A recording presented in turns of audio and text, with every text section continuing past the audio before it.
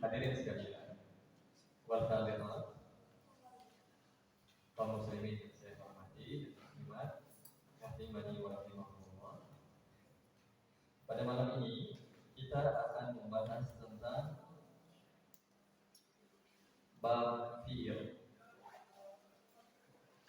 di pembahasan ilmu sharaf yang ditulis oleh Al-Ustaz Ubaid Hamidullah Kalau dicetakan lama, tepatnya di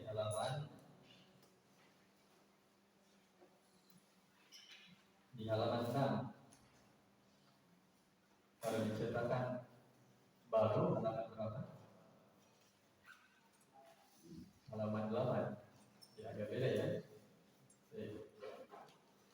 Jamaah sekalian, kemarin di pertemuan terakhir, yaitu di pertemuan ke-9 atau ke-10 ya.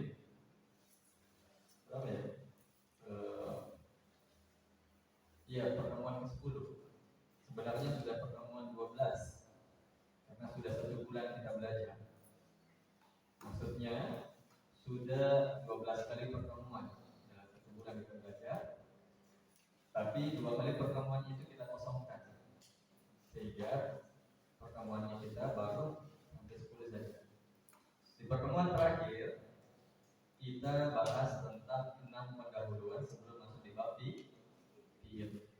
Di bab ini. Dan kita sudah jelaskan bahwa bahasa Arab itu terbagi bahasa Arab jenis kosakatanya ada 3. Ada namanya kata benda, dan ada namanya kata kerja, dan yang ketiga ada namanya kata sambung. Kata benda itu mendapat itu benda hidup disebut isim. Oke? Kata kerja diistilahkan dengan fi'il, dan kata sambung diistilahkan dengan hal. Oke? Yang kita akan bahas ini jemaah sekalian, teman-teman sekalian yang saya hormati dan saya muliakan, jazakumullahu khairan, adalah tentang kata kerja, yaitu fi'il. Oke? Jadi Ustaz Ubaid membawakan bab ini, pembahasan kata kerja, lebih mendahulukan pembahasan ini dibandingkan kata benda dan kata sambung, karena bab fi'il ini, kata kerja ini, banyak sekali cara bacanya, banyak sekali etika atau polanya untuk bisa kita praktikkan dalam baca kitab kuning, dalam baca kitab kudus. Dan kebanyakan kalimat dalam bahasa Arab, kalimat, ungkapan, tulisan, itu dibentuk memang dari kata-kata kerja. Jadi alasannya, di antara alasannya beliau memulai bab fi'il ini atau hikmahnya dimulai dengan bab kata kerja atau fi'il, karena memang kebanyakan susunan kalimat, tulisan dimulai dengan kata kerja. Oke?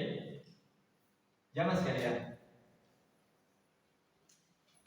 di buku sorok ini dari awal kita belajar sampai nanti di akhir buku totalnya ada 5 pembahasan. Yang pertama, 5 pendahuluan.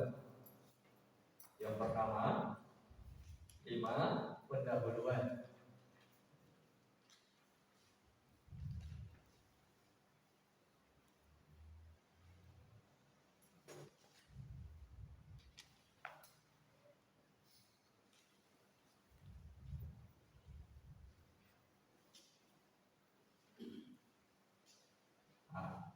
Buku ini, buku sorok ini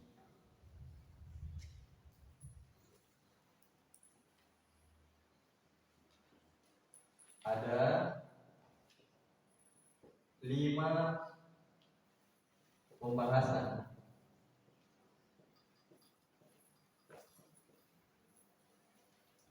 Satu,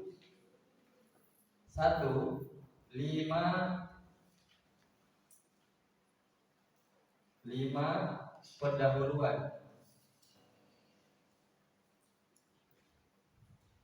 5 pendahuluan ini yang kita sudah baca, yang kita sudah pelajari. Yang pertama apa? pengertian sorot sampai seterusnya yang kita sudah belajar. Oke? Yang kedua, ini dia malam ini bab fiil, kata kerja. Oke? Yang kedua nanti bagusnya agak ke bawah sedikit. Yang kedua, bab fiil. Apa itu kata kerja? Maksudnya kata-kata yang mengandung pekerjaan. Yang ketiga nanti bab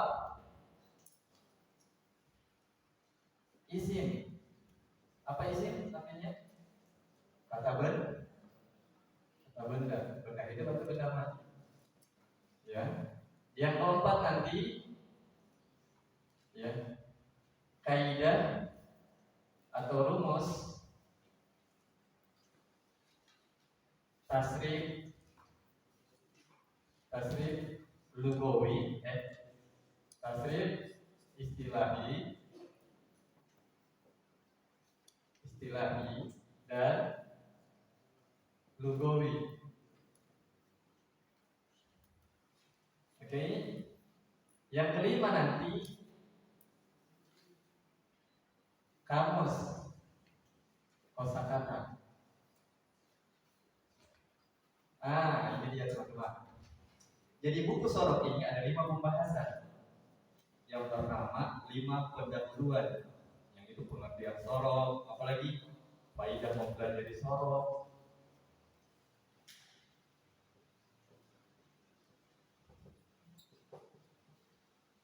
Habis itu lagi apa? Timbangan sorot. Apa lagi?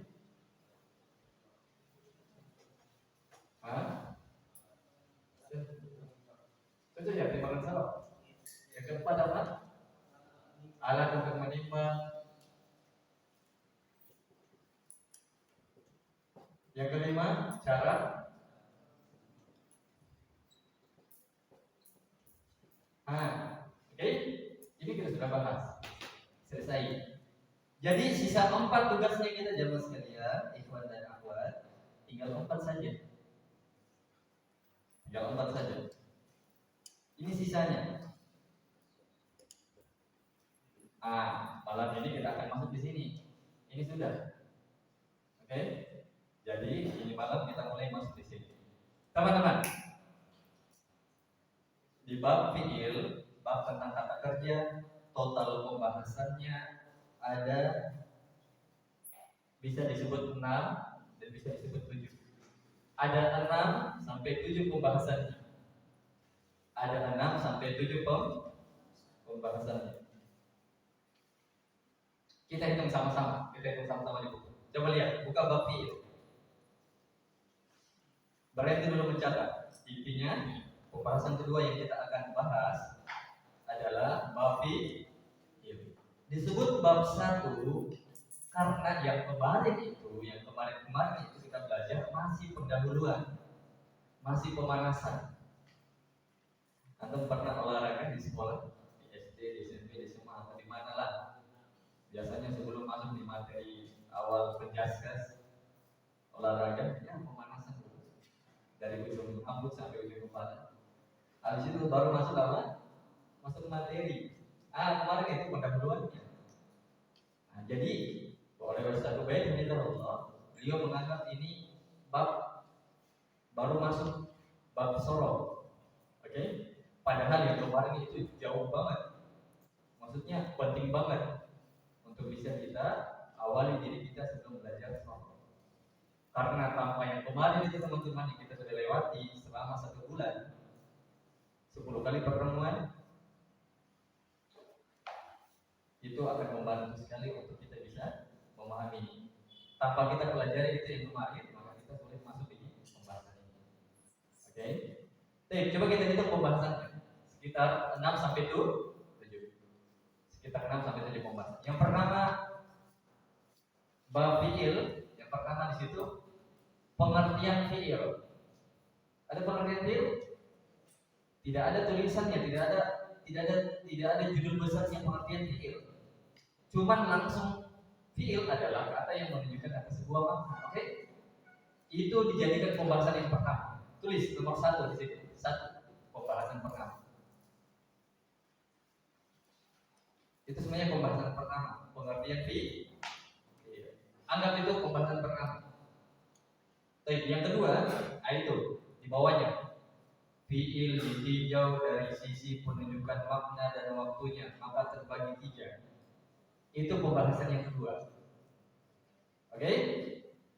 Pembahasan yang kedua, ingat. Itu fiil ditinjau dari sisi penunjukan makna dan waktunya, maka terbagi 3. Maksudnya fiil kan artinya apa? Kata kerja. Pekerjaan itu, perbuatan itu, peristiwa itu ada 3 waktunya. Waktu dulu, waktu sekarang, dan akan datang.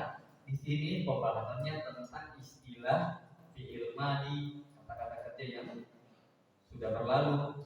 Yang kedua ada fiil mudhari, yaitu kata-kata kerja yang sedang terjadi. Yang ketiga nanti ada namanya kata kerja perintah. Itulah yang disebutkan dengan fiil amar. Nah, di sini pembahasan kedua. Oke? Kemudian yang ketiga, lihat. Apa di situ ada fiil madi kan? 1 fiil madi, 2 fiil mudhari, 3 fiil amar. Oke, itu pembahasan yang kedua. Pembahasan yang ketiga judul yang besar. Judul besar yang kedua. Tapi itu pembahasan yang ketiga sebenarnya. Yaitu fiil ditinjau dari sisi kebutuhannya kepada objek. Objek itu sasaran, korban. Objek itu sasaran dan korban. Jadi fiil juga ditinjau dari sisi kebutuhannya kepada objek, sasaran atau korban, atau tidak, maka dia terbagi 2. Atau tidak maksudnya tidak butuh kepada objek. Itu maksudnya tidak ya. Mungkin ada yang bertanya, Abu, apakah maksudnya ini objek? Begini teman-teman, peristiwa itu, pekerjaan itu, perbuatan itu biasanya ada yang kena dampaknya. Misalnya, nama begini, memukul, ada pelakunya, ada objeknya, ada pelakunya, ada sasarannya, ada korbannya. Banyak terjadi begitu ya. Ya tidak mungkin hanya pukul tembok saja. Karena pukul orang, kebanyakan pukul orang, apalagi dikendari ya. Minta maaf ini. Sesuatu yang dikenai pukulan disebut sasaran, diistilahkan dengan objek atau korban. Kadang-kadang perbuatan itu, di dalam apa? Di dalam kehidupan kadang membutuhkan sebuah korban. Korban itu diistilahkan dengan objek sasaran. Jadi ini pembahasan ketiga adalah sebuah pembahasan mengenai tentang kata-kata pekerjaan yang butuh sasaran, yang butuh korban. Oke? Kemudian dia nanti terbagi 2, ada namanya fiil muta'addi dan ada namanya fiil lazim nanti. Coba lihat di depan, ada fiil muta'addi dan fiil lazim. Selesai. Habis itu pindah di pembagian fiil. Ini pembahasan yang keempat. Tapi dia dijadikan oleh Ustaz Ubaid judul besar yang ketiga, padahal sebenarnya pembahasan yang keempat. Oke? Pembahasan yang keempat, pembagian fiil. Pembagian kata kerja ditinjau dari lafaznya. Maksudnya ditinjau dari susunan kosakatanya. Apa maksudnya ini teman-teman? Gini, coba perhatikan. Pembagian fiil ditinjau dari lafaznya, yaitu pembagian kata kerja ditinjau lafaznya. Maksudnya cara bacanya. Disinilah teman-teman, disinilah kita mulai masuk cara-cara baca fiil yang sampai 20 lebih. Ya. Di sini disebutkan cara baca fiil sampai lebih dari 20. Dan ini pembahasan yang paling banyak, yang paling panjang. Coba lihat, pembagian fiil ini ditinjau dari lafaznya banyak sekali pembahasannya. Di sini sampai halaman Kalau di buku saya sampai halaman 27 baru masuk di buku saya sampai halaman 23. Kalau antum sampai di fiil ditinjau dari butuh dan tidaknya kepada fa'il. Sampai di situ pembahasan. Berapa halaman itu? 1, 2, 3, 4, 5, 6, 7, 8. Sampai di fiil ditinjau dari butuh dan tidaknya kepada fa'il. Fa'il itu artinya pelaku. Inilah teman-teman, kalau kita sudah selesaikan 7 lembar ini untuk di pembahasan yang keempat, ada modalnya kita, ada modal utamanya kita untuk bisa melatih potensi kita untuk bisa baca kitab kuning. Oke? Walaupun itu masih harus dibimbing. Oke? Jadi pembahasan yang keempat ini mengenai tentang cara-cara baca kata-kata kerja. Oke? Cara-cara baca kata kerja. Baik, pembahasan yang kelima itu fiil ditinjau dari butuh dan tidaknya kepada fa'il. Apalagi fa'il. Nanti fa'il ini maksudnya pelaku. Bagaimana itu? Nanti kita lihat. Nanti terbagi dua dia, ada maklum dan majhul. Oke, nanti. Oke, lihat lagi di anunya. Pembahasan yang keenam. Keenam. Fiil ditinjau dari huruf bangunannya ada dua. Ini fiil ditinjau dari huruf bangunannya. Bangunannya di situ maksudnya kosakatanya. Fiil ditinjau dari huruf kosakatanya. Oke? Ini pembahasan yang keenam. Apalagi maksudnya? Maksudnya begini teman-teman. Nanti di pembahasan yang keenam ini kita akan pelajari tentang huruf-huruf hijaiyah yang ditempel pada sebuah kosakata. Ada huruf-huruf hijaiyah yang ditempel pada kosakata tertentu. Ada istilah-istilahnya nanti. Oke? Ini pembahasan yang keenam. Lihat pembahasan yang ketujuh. Berarti ada 7 pembahasan memang ya. Pembahasan yang ketujuh, cara membuat fiil mudhari dari fiil madhi dan cara membuat fiil amr dari fiil mudhari dan cara membuat, apakan kata cara membuat itu? Dan cara membuat fiil amr dan fiil mudhari. Ini pembahasan yang terakhir pada pembahasan fiil. Jadi ada berapa pembahasan? 7. Kalau sebelumnya kita pelajari 5 pembahasan saja. 5 pembahasan saja kita butuhkan 1 bulan dengan 12 kali pertemuan. Tapi karena ada beberapa halangan yang membuat kita 2 kali tidak belajar. Ya, sehingga yang kemarin itu cuma 10 kali pertemuan dan sudah selesai 5 pembahasan. Ini pembahasan fiil yang sedikit cukup panjang. Kayaknya kita butuh 2 kali lipatnya dari yang sebelumnya. Berarti kira-kira semoga saja 15 kali pertemuan. Ya, itu jarak tinjauan target jarak dekat kita 15 kali pertemuan. Dan 15 kali pertemuan itu kalau kita kalkulasikan itu 1 bulan lebih. Ya, 1 bulan lebih. Oke. Tapi kalau teman-teman mudah paham dan atau bisa selalu hadir, kita cepat selesai insya Allah. Oke? Teman-teman, itu pembahasan yang kedua. Oke? Pembahasan yang kedua, yaitu pembahasan fiil. Coba lihat di sebelahnya ada namanya bab isim. Bab isim artinya bab kata benda. Di sini benda-benda, mau benda hidup, benda mati kita pelajari. Oke? Tapi bukan ingin jadikan jimat-jimat. Tapi di sini kita mau pelajari bagaimana cara bacanya. Teman-teman, di bab isim ini ada 5 sampai 6 pembahasan. Itulah di pembahasan yang ketiga di papan, yaitu bab kata benda. Di sini ada 5 sambungan pembahasan. Coba lihat. Yang pertama, pengertian isim. Ustaz, tidak ada tulisannya pengertian isim. Memang tidak ada. Cuma di situ langsung dibahas isim adalah kata yang menunjukkan atas sebuah makna pada dirinya dan seterusnya. Itu sebenarnya pembahasan isim, pengertian isim. Oke, itu pembahasan yang pertama. Pembahasan yang kedua, masdar. Masdar atau masdar ini. Masdar ini masdar, bukan orang Jawa. Ya, ada temannya kakak saya namanya masdar. Tapi bukan itu pembahasannya. Pembahasannya ini masdar ada namanya dalam isim. Pembahasan kata benda itu diistilahkan dengan istilah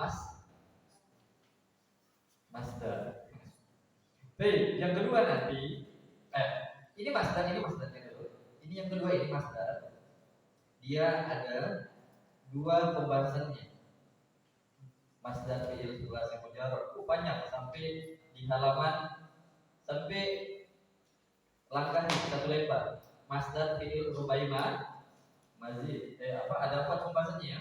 Masdar fi'il sulasi mujarrad, masdar fi'il rubai mujarrad, apalagi istilah-istilahnya nanti kita belajar. Masdar fi'il sulasi mazid, masdar fi'il rubai mazid. Sampai di isim fa'il.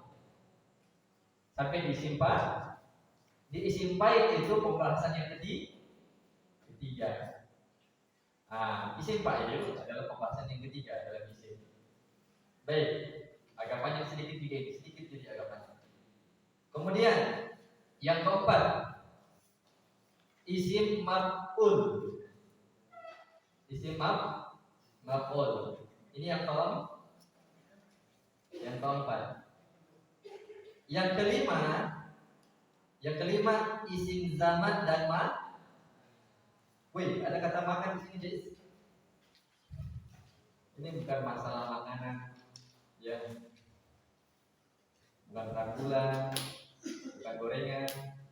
Tapi ini berkaitan tentang kata benda yang berkaitan tentang zaman. Zaman itu waktu. Dan yang berkaitan tentang makan. Makan itu maksudnya dalam bahasa Arab artinya tempat. Makan ini artinya tempat. Oke? Jadi isim yang berkaitan tentang waktu dan isim yang berkaitan tentang tempat. Jadi, dan yang keenam, pembahasan yang keenam ada namanya isim alat. Isim alat. Oke? Isim alat. Kata benda yang diistilahkan dengan alat. Jadi isim itu gunanya nanti dipakai untuk alat. Nanti ada cara menerjemahkannya, cara menerangkannya. Selesai pembahasan isim. Ada berapa pembahasan? 6 saja. Oke? Berarti lebih sedikit dibandingkan ini 6 pembahasan. Lebih banyak daripada pembahasan yang pertama 5 pembahasan. Tapi lebih sedikit dibandingkan di bab yang kedua, yaitu bab fi'il. Karena di bab fi'il ada 7 pembahasan. Ini sudah ada 6 pembahasan. Berarti 5 pembahasan tambah 7, 12. Tambah 6 pembahasan ini berapa? 18 pembahasan. Setelah bab isim ini, disinilah penerapan yang kita sudah lewati di bab fi'il dan bab isim. Seluruh pembahasan yang kita sudah lewati, kesimpulannya ini setelah bab yang kita sudah lewati. Disinilah pembahasannya, yaitu bab 3, beberapa contoh dan kaidah tasrif istilahi dan lugawi. Apa itu istilahi, apa itu lugawi, apa itu tasrif istilahi dan lugawi, nanti akan dibahas.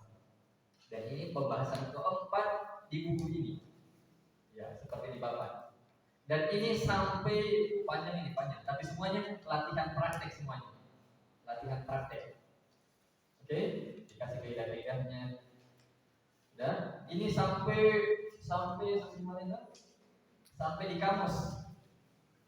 Sampai di mana itu? Sampai penutup kunci ilmu sorot, daftar pustaka, kamus. Sampai situ. Sampai daftar pustaka. Kan daftar pustaka itu biasa bagian akhir buku ya. Itu selesai pembahasan yang keempat. Yang ketujuh, yang kelima, kamus penunjang buku kunci ilmu nahwu dan sorot. Ini kamus seluruh kosakata seluruh kosakata yang dijadikan contoh di dalam buku ini diterjemahkan oleh Ustaz Baik di buku di belakang ini. Jadi seluruh kosakata yang kemarin kita lewati semuanya ada di mana? Di belakang ini. Jadi ini hanya bukan hal yang sulit karena sudah ada di terjemahan. Oke, teman-teman. Jadi ilmu sharaf yang kita pelajari di buku yang pertama ini ada berapa pembahasan? 5. Oke, teman-teman. Antum bisa mengukur diri, antum bisa melewati. Kita tidak tahu hari ke depan. Cuma kalau antum punya niat yang kuat, pasti ada jalan. Kata orang Indonesia apa? Di mana ada niat, pasti ada jalan. Ya manjat wa jaza, misalnya musuh tubuh, pasti dia dapat. Ada sebagian orang mengatakan kepada orang bijak terdahulu, saya pergi di Saudi, kenapa saya dapatkan perzinahan? Ada orang dahulu pernah berkata, kenapa saya pergi di Saudi, saya dapat perzinahan? Padahal Saudi Arabia itu terkenal dengan hukum-hukum Islam. Tapi kok bisa saya pergi di sana? Maka Buya Hamka berkata, kok saya pergi di Amerika saya tidak dapat perzinahan? Yang saya dapat di waktu sholat, orang beribadah. Nah, jawabannya, iman ada niat, di situ ada jalan. Antum pergi di Saudi, kalau niatnya antum beribadah, ibadah. Tapi kalau antum pergi niatnya cari maksiat, siapa yang seksi, siapa yang berzina, di mana tempat minum khamr, antum dapati. Karena syaitan tidak tahu gerak-gerik antum dan niat antum diwujudkan oleh syaitan. Makanya kebanyakan maksiat itu kebanyakan terjadi. Kenapa? Karena pembantunya siapa? Syaitan. Ya. Tapi kalau niat kebaikan, ya kadang terhalang-halang. Ya. Jadi di mana ada niat kita teman-teman ingin menyelesaikan sebuah ilmu bersungguh-sungguh, insya Allah kita dapat. Ya. Jadi teman-teman, ini pembahasan kita. Kalau kita ingin bandingkan dengan ilmu Islam, sebenarnya ini sedikit. Tapi kalau antum sudah berhasil ini banyak kuat, insya Allah ada potensi baca kita, insya Allah. Teman-teman, insya Allah selesai buku ini, selesai pembahasan sorok, kan kita akan masuk di ilmu nahu. Selesai pembahasan sorok, kita akan kembali di ilmu nahu. Kita bahas ilmu nahu di sana, sedikit pembahasan apa? Kaidah-kaidah baca kitab yang akan menunjang kita, membantu kita menambah ilmu kita tentang ilmu sorok. Setelah kita tahu ilmu sorok, kita belajar lagi nahu.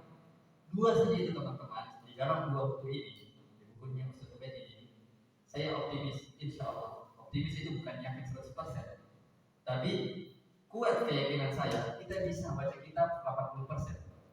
20%-nya masih tersisa di buku-buku lain. Tapi 80% itu kita dapat di buku ini sudah. Dan saya insya Allah latih antum baca kitab hanya dengan buku ini. Dan alhamdulillah ini saya pernah praktikkan, saya pernah bantu teman-teman saya belajar cuma buku ini bisa baca kitab. Insya Allah. Jadi mungkin antum pernah dengar jenjang-jenjang pasaran itu banyak. Kitab nahu saja itu ada 9 kitab yang kita pelajari di bahasa Rupa, di Makassar. Sorok saja itu ada 4 jenjang, oke, atau 3 jenjang. Tapi hanya dengan buku ini kita bisa baca kitab. Tapi optimisnya saya 80%. Oke? Jadi teman-teman, kalau antum bisa menyelesaikan buku ini dan juga bisa menyelesaikan pembahasan-pembahasan di buku ini dari ilmu soroknya dan ilmu nahu, saya berharap kita bisa latihan sama-sama baca kitab. Dan saya akan bantu teman-teman untuk bisa kita minimal tahu bahasa Arab, baca kitab. Habis itu nanti kita berbincang ilmu percakapan. Habis kalau sudah tahu bahasa Arab, kita sudah tahu baca kitab. Minimal kita sudah tahu baca kitab, kita akan buka buku yang kedua. Kita tidak akan masuk ke buku kedua kalau kita belum praktekkan ilmu yang kita sudah lewati. Jadi satu buku ini kita akan praktekkan bagian baca kitab. Dan saya berharap kepada antum untuk selalu menerima kekurangan saya. Ya kalau mungkin ada kesalahan-kesalahan saya dan kita saling membantu pada hal-hal kebaikan. Insyaallah wa ta'awanu 'alal birri wat taqwa wa la ta'awanu 'alal itsmi wal 'udwan. Janganlah kalian bertawun dalam perbuatan syirik dan permusuhan. Saling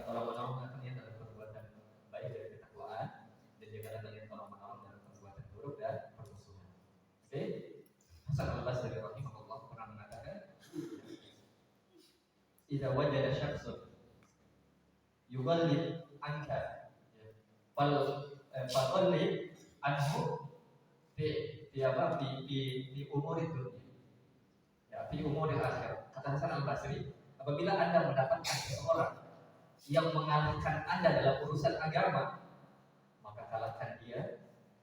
Apabila Anda mendapatkan seseorang yang mengalahkan Anda dalam urusan dunia, maka kalahkan dia dalam urusan agama. Jadi kita harus berlomba-lomba. Teman-teman di Makassar itu, biar ikhwannya tahu baca kitab, biar orang tuanya tahu baca kitab, biar yang tidak pesantren juga tahu baca kitab. Kan ada sebagian kita dari ini yang pesimis. Mungkinkah kita bisa baca kitab, kita jadi hebat kalau kita tidak pesantren? Ada yang mengatakan tidak bisa kita tahu baca kitab, tidak bisa kita hebat kalau tidak pesantren. Nah, banyaknya orang yang hebat tidak pesantren. Ya, banyak, Kendari saja banyak. Jadi kalimat itu sebenarnya kalimat waswas syaitan. Oke? Kita bisa, insya Allah Ta'ala. Karena tidak ada istilahnya yang lebih hebat itu yang hanya belajar di pesantren. Masih banyak orang yang hebat walaupun tidak belajar di pesantren. Oke? Dan Hasan Al-Basri juga rahimahullah pernah mengatakan, barang siapa yang mengalahkan Anda dalam urusan agama, maka jangan Anda rela. Kata Hasan Al-Basri, kalau ada yang mengalahkan Anda dalam urusan agama, jangan Anda rela. Jadi fastabiqul khairat, kata Allah kan? Fastabiqul khairat, berlomba-lomba kalian dalam berbuat kebaikan. Ya. Wahab bin Al-Ward dia berkata, kalau Anda mampu, tidak ada yang bisa mendahului Anda menuju Allah, maka lakukanlah. Ini Wahab bin Al-Ward berkata, kalau Anda mampu, tidak ada yang bisa mendahului Anda menuju Allah, maka lakukanlah.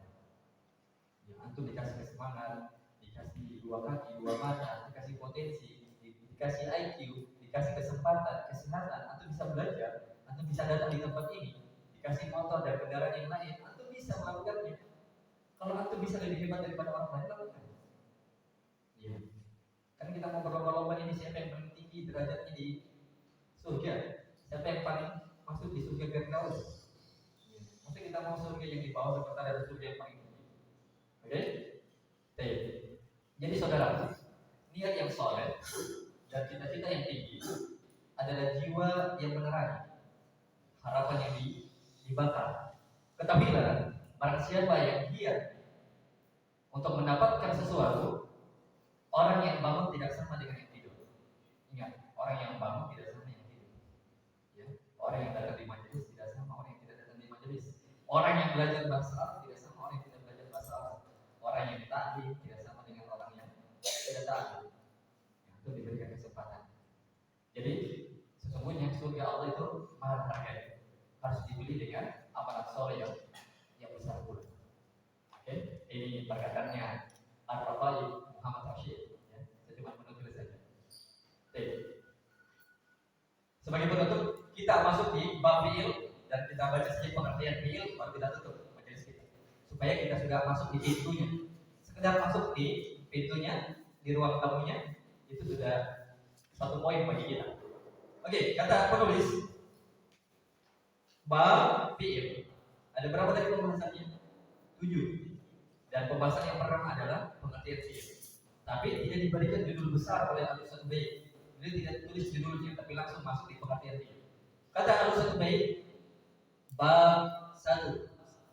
Ini pembahasan yang kedua sebenarnya, yaitu fi'il, kata kerja. Kata kerja maksudnya kata-kata yang mengandung pekerjaan, kata-kata yang mengandung perbuatan. Oke, itu dia. Dan teman-teman, saya sudah pernah katakan, lika-liku bahasa Arab, kosakatanya itu cuma 3 jenis. Sebagaimana manusia ada 2 jenis, ada laki-laki, ada perempuan. Ada yang lain? Ada yang angel, yang gak jelas. Yang gak jelas itu sebenarnya hakikatnya cuma salah satu dari keduanya. Kalau bukan laki-laki, perempuan. Siapa dia? Tahan ucapannya. Baik, maka kosakata dalam bahasa Arab itu terbagi 3. Sebagaimana manusia terbagi 2, kalau dia bahasa Arab terbagi 3. Satu ada namanya kata benda, isim. Tapi nanti pembahasannya. Yang kedua ada namanya fi'il, kata kerja. Diistilahkan dengan fiil, jadilah pembahasannya. Yang ketiga ada namanya kata sambung, diistilahkan dalam ilmu bahasa Arab harf. Oke, harf. Ya, kata sambung. Di sini yang kita akan bahas fiil. Kita masuk dulu di pembahasan yang pertama. Fiil, pengertian fiil, kasih judul di situ. Fiil adalah kata kerja adalah kata yang menunjukkan atas sebuah makna pada dirinya dan disertai oleh waktu. Jadi kata yang menunjukkan atas sebuah makna pada dirinya dan disertai oleh waktu. Waktunya itu dalam huruf waktu lampau. Lampau itu dulu. Yang kedua sekarang. Yang ketiga atau akan datang, yaitu nanti. Dalam ilmu Islam cuma 3 waktu dikenal. 1 dulu, 2 sekarang, 3 nanti. Di dalam Al-Quran disebutkan seluruh waktu yang dulu terjadi, misalnya Nabi Musa, misalnya Nabi Nuh, misalnya Nabi Adam, semuanya disebutkan kisah-kisah dahulu. Yang kedua, di dalam Al-Quran disebutkan kisah yang sekarang kita lagi alami, seperti ciri-ciri hari kiamat kita sudah dapatkan sekarang. Tapi yang ketiga disebutkan juga di dalam Al-Quran kisah yang akan datang, yaitu hari kiamat. Ada yang akan membangun bangunan-bangunan, berlomba-lomba membangun bangunan, akan muncul Dajjal, akan muncul apa? Dagang, muncul lagi apa? Ya'juj Ma'juj. Jadi Al-Quran itu subhanallah. Dan tidak ada yang mampu mengumpulkan sebuah peristiwa 3 ini kecuali dia harus lewati semua masa, semua waktu. Di dalam Al-Quran ada. Dan itulah salah satu mukjizat Al-Quran Karim. Dia mampu merubah kita, tapi kita tidak mampu merubah Al-Quran. Oke? Itulah pengertian fiil. Antum tidak terlalu tahu ini, pengertiannya tidak apa-apa. Tapi kalau antum paham ini pengertiannya, itu menjadi nilai plus untuk antum. Oke? Nah, kemudian di bawahnya fiil terbagi dalam beberapa pembagian dilihat dari beberapa sisi. Sisinya inilah yang sampai di akhir pembahasan. Sampai 6 pembahasan ditambah dengan pengertian yang tadi baru kita baca. Jadi pengertiannya 1 pembahasan, di bawahnya ini ada 6 pembahasan. Berarti totalnya semuanya 7 pembahasan.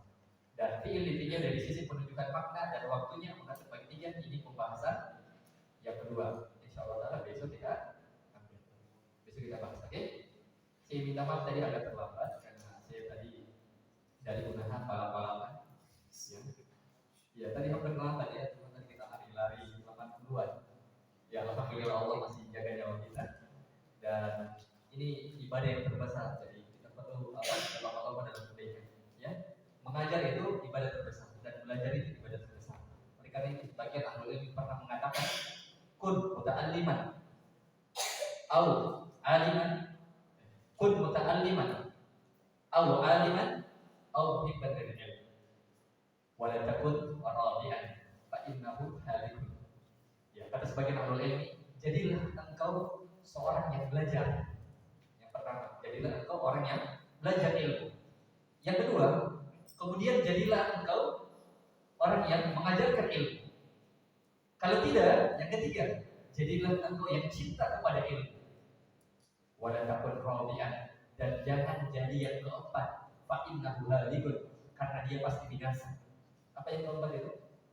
Orang yang tidak jadi pengajar, orang yang tidak belajar, orang yang tidak mengajar ilmu, yang mengajar ilmu, kemudian tidak mencintai ilmu, dia itu yang menjadi orang yang membenci ilmu. Oke, jangan jadi yang keempat. Baik, sampai di sini kita kurang dimaafkan dan saya minta maaf dari keterlambatan saya, dan semoga besok kita masih bisa melanjutkan pembahasan kita. Pembahasan yang kedua yaitu fiil dari sisi penunjukan makna dan waktunya yang terbagi menjadi 3, fiil madi, fiil mudhari dan fiil amr. Sembilan kurang yang mau dimaafkan. Teman-teman, jangan lupa meroja, besok saya tanya-tanya karena ada hadiahnya. Dan tadi tidak sempat kita kasih hadiah karena waktu membatasi kita. Sembilan kurang yang mau dimaafkan. Saya tutup dengan doa, Allahumma inna nas'aluka ilman nafi'an wa rizqan thayyiban wa amalan mutaqabbalan.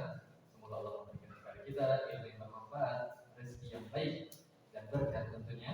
Dan semoga Allah memberikan kita amalan yang diterima. Innahu waliyyu dzalika wal qadiru alaihi. Subhanallah wa bihamdihi, asyhadu an la ilaha illa anta, astaghfiruka wa atubu ilaik. 3 kata untuk semuanya, selalu semangat belajar. 3 kata lagi, jangan lupa murojaah. Apa itu murojaah? Ulang-ulangi ilmu. Manjada wajada. Barang siapa yang bersungguh-sungguh pasti dia dapatkan. Wabillahi taufiq wal hidayah. Hadakallahu wa iyyakum. Assalamualaikum